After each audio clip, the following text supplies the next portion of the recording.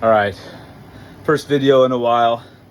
I know I was gonna say I was gonna do it on strength, and how it relates to healing. True strength, not this bullshit gym strength that we keep hearing about or seeing on trendy videos. But I'm coming off 2 highs here, and I decided to test myself. So it started the impulse that started the whole thing. I was eating a gelato cone, watching sunset at one of the beach access points here where I live. And I was standing on the top railing looking out over the ocean, and the flavors I chose for the gelato were dog shit. So for the first time in my life, I chose not to finish a gelato cone because it just tasted like shit, and I don't eat things that don't taste good, flat out. Because of the work I've done to earn that ability to be able to guide my eating through intuition and happiness. But I had maybe half a cone left, and I spotted a garbage can, maybe 20 feet straight out, but like 40 feet down. And I was like, I wonder if I could hit this. I don't know, because it takes eyes, it takes depth, it takes touch, it takes reaction, interaction. You got to know, like, having been a professional pitcher at some point, throwing to a spot was all I thought about and all I did. So things got to dial in, and I have not done something to this caliber. You kind of know where this is going. So I gauged for the wind like a sniper. Did a couple practice runs, but the surf was good. So there's a ton of surfers walking up, and there's something, you just don't throw ice cream cones at surfers. So I looked to my right, and there was a dad and a couple photographers, and they were looking towards the direction of the garbage can because that's where the break was. So I had to wait for the massive line of surfers to clear the garbage can. Then I had to wait for those 2 dudes to look to the north. And then as soon as everything lined up, I let her fly, and it hit, boom, dead center. And I freaked out. And then I was pumped just at all that had to dial in for that to be accomplished, and I was stoked. So then I'm like, okay. And I'd been noticing things have been shifting for the last 3 weeks here, and there was a leveling up of sorts. Things are feeling better. I'm recovering faster. Things are stronger, sharper, tasting better again. Just a lot of things are shifting, and then I'm about to do an experiment with a friend to level up even more. But I decided to push this even more. I'm like, okay, let me see where I'm at right now, and let's see how dialed in I am, and let's push this. Let's push this physically, emotionally, mentally.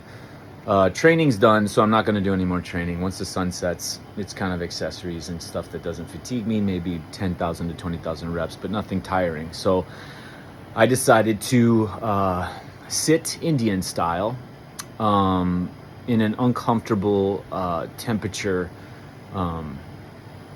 environment, and sit for 30 minutes. And the goal was not just to sit there for 30 minutes, that's not really that, but to count to 1800.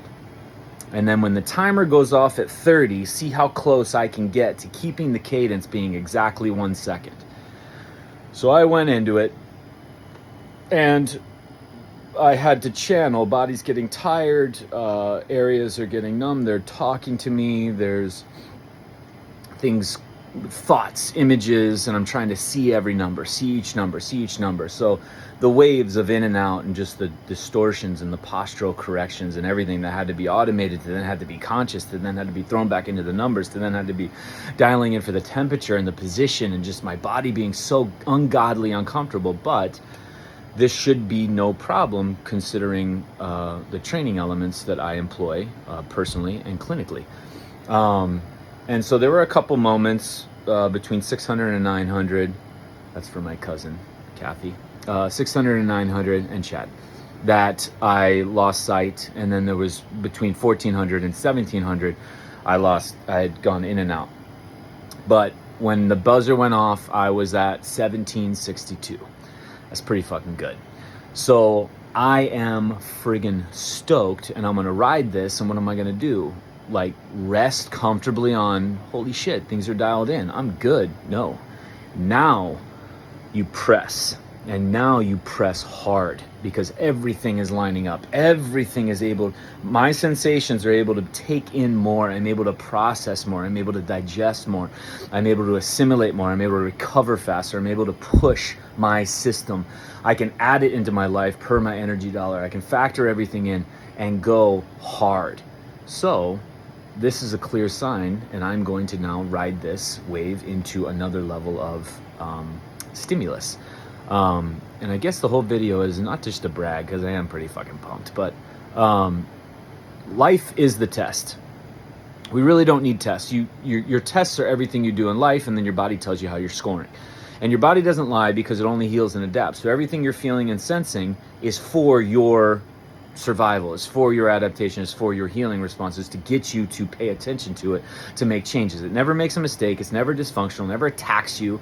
It's never flawed. It's never against you. It's never wrong. It always tells the truth. So life is, my life tests are really kind of training inputs to push me mentally, emotionally, and spiritually, and intellectually, and physically. And then every now and then I might push a 20 to 30 mile walk, or I might jump from a height of 10 to 12 feet, or carry something a great distance, or there's really not, I might do something by hand instead of using tools of some kind, or I might walk instead of drive, and push a car instead of, so these tests are great.